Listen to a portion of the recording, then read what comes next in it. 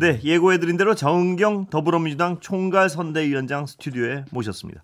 어서 오십시오. 안녕하세요. 더불어민주당 총괄선대위원장 정은경입니다. 예, 선대위 합류하신 지 지금 얼마 되셨죠? 이제 3주 정도 됐고요. 예. 2주 남았습니다. 2주 남으셨. 그 말씀이 좀 2주 딱 남았다고 말씀을 하시니까요. 네. 좀 이따 여쭤보겠습니다. 네. 정치를 하시는 거죠, 지금? 3주? 정치를 하고 있다고 봐야 되겠죠. 네. 예, 정치해 보시니까 어떻습니까?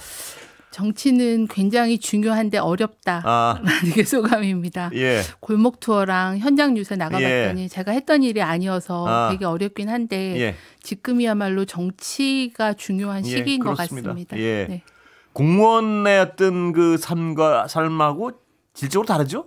해보시니까? 네, 굉장히 다르고요. 예. 근데 이제 공무원의 삶을 그걸 잊어버리지 않고 원래 습관이 그래서 골목 투어 다니다 보면 이제 많은 국민들이 말씀하시면 저걸 어떻게 해결해야 되나 계속 머릿속에서 고민을 하고 있었던 것 같아요. 예, 네. 중요한 문제죠, 가장. 네. 예. 그것도 정치의 어떤 본질 중에 하나 같고요. 네, 그렇습니다.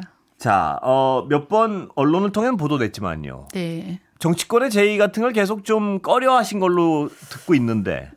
지난 22대 총선 때 참여해달라는 요청을 받기는 했는데 이제 제가 공직 생활을 오래 했다 보니까 그런 공직 경험을 잘 살려서 교육도 하고 또 그동안에 못했던 그런 정책 연구를 좀 해보는 게 저에게 잘 맞는다라고 생각을 했었습니다. 예. 그런데 결심을 바꾸게 되신. 아무래도 이제 12.3 내란이 직접적인 결정적인 계기가 된 거고요.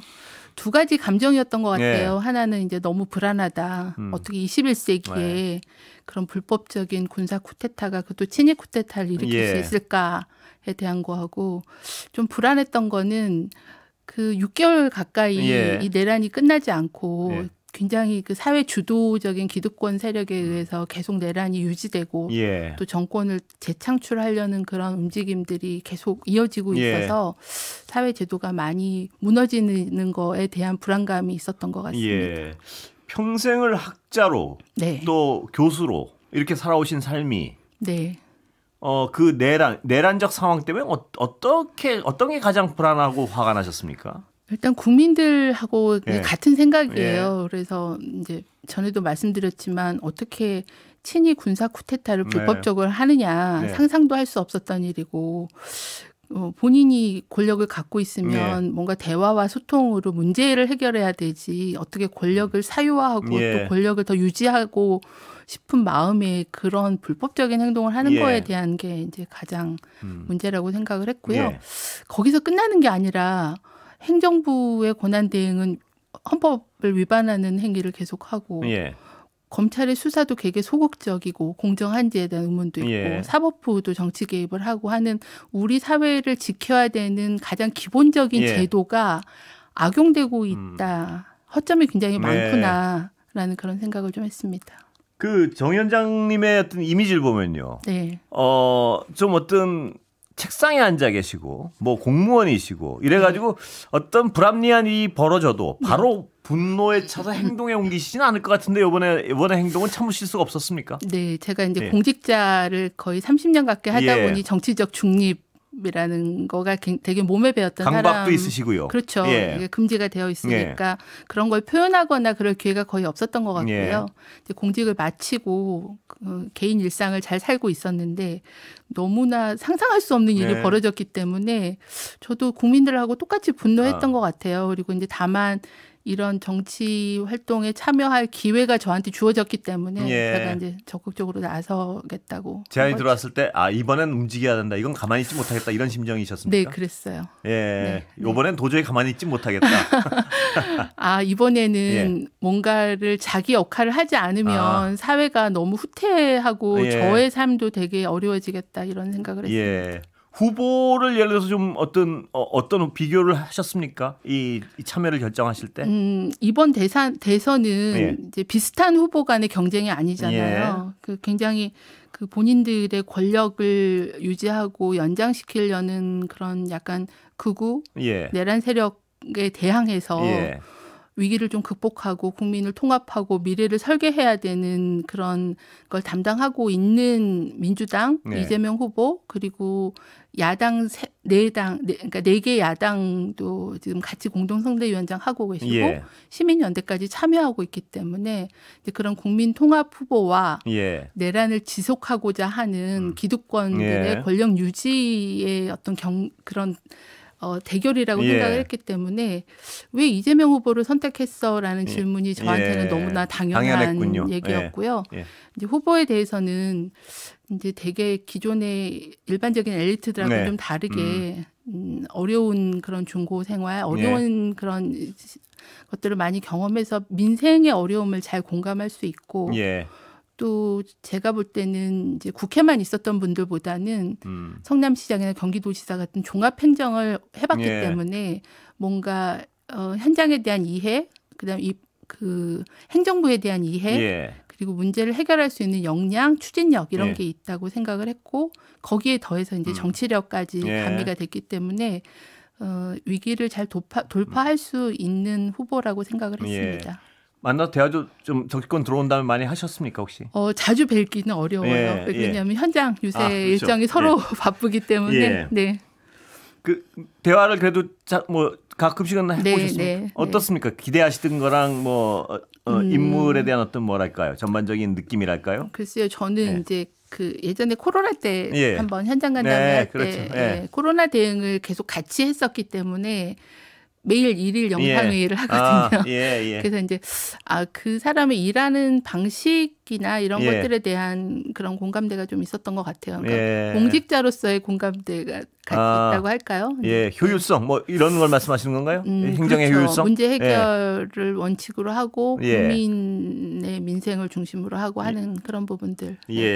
위원장님 모시면 이 말씀을 여쭤보지 않을 수 없는데요. 의료 사태. 이게 언젠가 말입니다. 민주당 관계자도 그런데 이건 너무 지금 망가뜨려놔가지고 어떻게 시작을 해야 될지 모르겠다는 말씀을 하신 적이 있는데 방안을 좀 가지고 계십니까?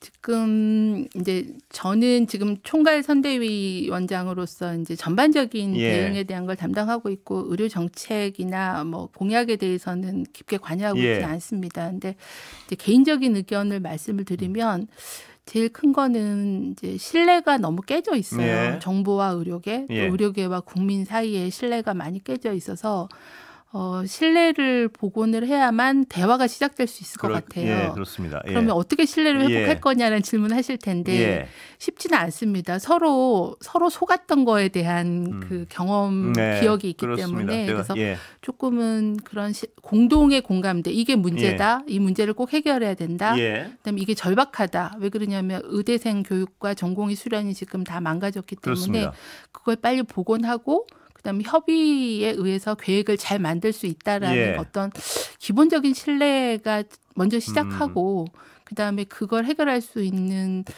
공정한 룰 같은 걸 잘 만들어서 해야지 당장의 의료 개혁 방안이 당장에 나오지는 않거든요. 그렇군요. 시간이 소요되는데 의대생 교육과 전공의 수련을 회복하는 거는 시급하게 해야 되기 때문에 조금 일의 우선순위를 정하고 신뢰를 회복하고 공정한 그런 투명한 절차를 먼저 합의한 다음에 내용적인 얘기를 해야 되지 않을까? 여러 가지 개혁 과제가 다 지난하지만 의료 부분이 정말 이렇게 언론으로서 쳐다봐도요. 저 어디서부터 어떻게 시작해야 될까 싶을 정도로 지난합니다. 맞습니다. 너무 많은 문제들이 그동안 누적돼 왔고 그게 또 서로 다 연관되어 있기 때문에 어느 하나를 해결한다고 해결되는 문제가 아니기 때문에 이번 기회에 좀 더 종합적인 미래 20-30년을 대응할 수 있는 그런 의료 제도를 만드는 계기가 됐으면 하는 바람입니다. 신뢰 회복을 어떻게 할지 그건 정말 그건 저도 고민입니다. 새 정부의 어떤 큰 과제 중에 하나가 될 것 같습니다. 이 대선 이후에요. 자, 내란이라는 사태가 위원장님은 어떤 공직의 평생을 잇던 분을 여기다 정치권으로 불러들였는데 내란은 어떻게 종식돼야 된다고 보십니까? 총괄 선대위원장으로서. 첫 번째는 6.3 대선으로 정권 교체가 돼서 내란을 지속하려는 그런 세력들, 국민은 안중에도 없고 본인들의 기득권을 유지하려고 하는 그런 세력들을 이제 정권 교체를 해야 되는 게 첫 번째고요. 두 번째는 지금 내란 수사가 제대로 되고 있지 않기 때문에 아주 공정한 수사를 통해서 내란에 대한 그 수사와 법적인 그런 처분이 명확하게 있어야 재발이 안 될 거라고 생각하고요. 세 번째는 제도 개선이 있어야 될 것 같아요. 이번에 내란을 대응하면서 모든 게 다 법을 악용해서 법을 유권 해석해서 마음대로 해석해서 법적 근거를 가지고 이상한 행동들을 많이 했잖아요. 그래서 그런 그 검찰이나 아니면은 사법제도나 이런 여러 가지의 그런 제도가 좀 더 빈틈을 메꾸는 그런 제도 개선까지 돼야 종식이 되지 않을까요? 내란 종식 때까지는 그럼 정치권에 계셔야 되는 거 아닌가요? 여러 사람이 같이 노력을 해야 되겠죠. 저는 제가 정치인이라고 아직은 저의 그 정체성을 두고 있지는 않아서요. 그래요. 아까 2주 말씀하신 게 딱 떠올라서요. 중요한 대선까지가 2주밖에 안 남았다 그 얘기입니다. 그러면 다른 어떤 정치의 효능감 이런 걸 좀 느끼시면 생각이 달라질 수 있나요? 끝나고? 그러니까 정치의 효능감, 정치가 제 역할을 하는 건 굉장히 중요하다고 생각하고요. 또 정치인들이 국민들에게 효용감을 느낄 수 있게 정말 정치를 잘해야 된다 생각을 하고 있고요. 이제 제가 정치를 할 거냐는 건 조금은 다른 의미인 것 같아요. 그래요? 제가 잘할 수 있을 건가? 뭐 제가 맞는 건가? 뭐 이런 거에 대한 고민이 계속 있죠. 잘할 수 있는 건가라는 말씀은 고려는 해보신다 뭐 이런 말씀? 그러니까 그것도 아닌가요? 하면 할수록 어려운 것 같습니다. 그래요? 정치는. 지금 가장 바라는 건 학교에 가시는 건가요? 끝나시면? 지금으로는 저의 일상으로 복귀하는 게 일상의 복귀. 국민들과 같은 바람입니다. 저희가 코로나 때 인터뷰를 할 때 그 앵커님이 코로나가 끝나면은 제일 뭘 하고 싶냐라는 질문을 뜻밖의 질문을 하셨어요. 그래서 잠깐 생각해보고 저의 소중한 일상으로 돌아가겠습니다. 그렇게 말씀드렸었거든요. 그러니까 친구들하고 밥 먹고 가족들하고 시간 보내고. 그때 간절했죠, 그게. 네, 근데 지금은 그거가 이제 위협을 받고 있다고 생각을 했기 때문에 지금도 간절한 시간인 거죠. 네. 코로나 같은 사태가 다시 터진다면 다시 맡으려면 맡으시겠습니까? 이제 그때는 저희 질병관리청 후배와 동료들이 이제 그동안에 쌓은 경험과 계획으로 잘 대응할 거라고 생각하고요. 이제 제가 자문이나 과거의 어떤 시행착오, 뭐 과거에 놓쳤던 부분들, 뭐 그런 거에 대해서는 도와야죠, 당연히. 이건 뭐 오늘 정치 주제는 전혀 아닌데 제가 뵌 김에 하나 제2의 코로나나 뭐 제2의 어떤 그런 게 끊임없이 이 인류 전체가 위협받고 있지 않습니까? 언제든 발생할 수 있는 대단히 위험한 상황이라고 봐야 되나요? 어느 정도로 그 정도의 규모의 어떤 사태는 발생할 수 있다고 우려하십니까? 그러니까 최근 20년 동안에 굉장히 많은 신종 감염병들이 발생을 했어요. 대표적인 게 사스, 메르스, 코로나, 뭐 신종플루 같은 것들이 되게 간격이 줄어들고 있고요. 이제 우리가 이제 뭐 환경 개발하면서 동물과의 접촉도 많아지고 인구 밀도도 높아지고 세계화되면서 인구 이동이 굉장히 빨라지면서 어디 한 군데에서 신종 감염병이 생기면 전체 국제적으로 퍼질 수 있기 때문에 생길 위험도 커졌고 전파의 위험도 커졌기 때문에 언제든지 생길 수는 있다라고 봅니다. 이건 뭐 원천적으로 막는 건 불가능하죠. 그래서 가능한 후보를 이렇게 리스트업을 하고 그거를 이길 수 있는 뭐 치료제, 백신 이런 것들을 미리 좀 샘플을 만들어 놓는 데거나 뭐 연구 개발을 강화한다거나 역학조사 능력을 높인다거나 뭐 이런 것들을 이제 준비를 하고 있는 겁니다. 제가 그 질문을 갑자기 드린 이유 중에 하나는 지난 그 코로나 사태 때 위원장님께서 어떤 행정적 능력도 보여주셨지만 그 어떤 신뢰감을 보여주심으로써 국민과 소통하고 뭐 그랬던 게 굉장히 어떤 그 사태를 견디는데 굉장히 중요한 역할을 하신 것 같습니다. 근데 그런 측면에서 지금 그 신뢰감, 지금 소통 맡고 계시죠? 네. 대외적인 활동을 많이 하고 있죠. 어떻습니까? 국민들 만나보시면. 현장에 보면은 이제 주로 골목 투어나 현장 유세를 나가게 되면 실은 이제 민주당 지지자분들이 많이 모이시기 때문에 대표성 있게 국민의 인심을 듣는다고 할 수는 없는데 내란에 대한 화병, 분노, 그래서 빨리 처벌해라라는 거와 민생이 너무 어려우니 빨리 경제를 회복해라. 그 두 가지가 제일 많았던 것 같아요. 이 대선 끝나고 자꾸 여쭤볼 수밖에 없는데. 네. 예를 들면 장관이나 뭐 어떤 행정부 이거는 어떤 공직의 영역이라서 가능한 어떤 뭐 그런 건가요? 어떻습니까 보시기에? 약간 왜냐하면 네. 그 전문가시니까 네. 이러이러한 건 내가 해결해 보고 싶다 뭐 이런 욕심이 있으실 수도 있는 것 같아서요. 좀 지금은 대선까지 2주나 남아 있고 또 굉장히 많은 어떤 그 정권 연장하려는 시도들도 많기 때문에 지금은 그 당선을 전제로 그 이후 얘기를 하는 거는 아직은 좀 부적절하다는 생각이 개인적으로 들고요. 그래서 좀 확실하게 국민 통합하고 내란 종식하고 또 미래까지 기획하려면 국민들께서 높은 투표율로 굉장히 안정적으로 정권 교체를 해 주셔야 신속하게 위기를 탈출하고 미래로 나갈 수 있을 것 같아요. 너무 과거 정리에 시간을 너무 많이 쓰면 5년이라는 세월 동안이 너무 짧기 때문에 그렇습니다. 위기를 빨리 극복하려면 조금 국민들이 좀 압도적인 지지를 보여주시는 게 필요할 거다라는 생각을 하고요. 그 이후 일에 대해서는 지금 말씀드리기는 네. 나중에 기회되면 또 여쭤보겠습니다. 네. 그 지금 총괄선대위원장으로서 아까 통합 말씀하셨는데 좀 어떤 그런 기대를 하십니까? 과거와 달리 어떤 통합의 정도의 뭐 압도적 승리를 예상하신다든가 기대하신다든가 이 통합이라는 측면에서는 어떤 걸 제일 기대하십니까?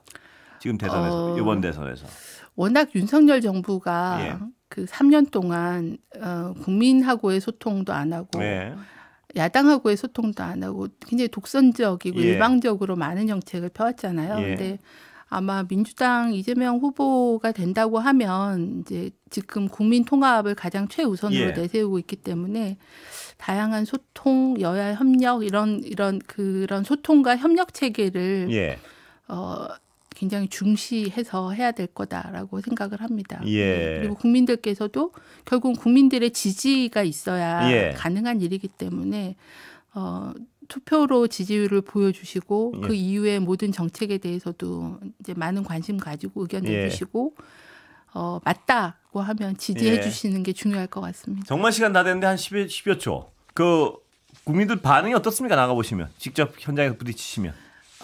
피부로 좀 느끼십니까? 많이 반갑게 맞아주시고요. 정권 교체에 나서줘서 고맙다 그런 말씀도 해주셔서 국민들의 그런 염원이 굉장히 크다라는 걸 많이 느꼈습니다. 오늘은 여기까지 듣겠습니다. 감사합니다. 감사합니다. 정은경 더불어민주당 총괄선대위원장 모셨습니다.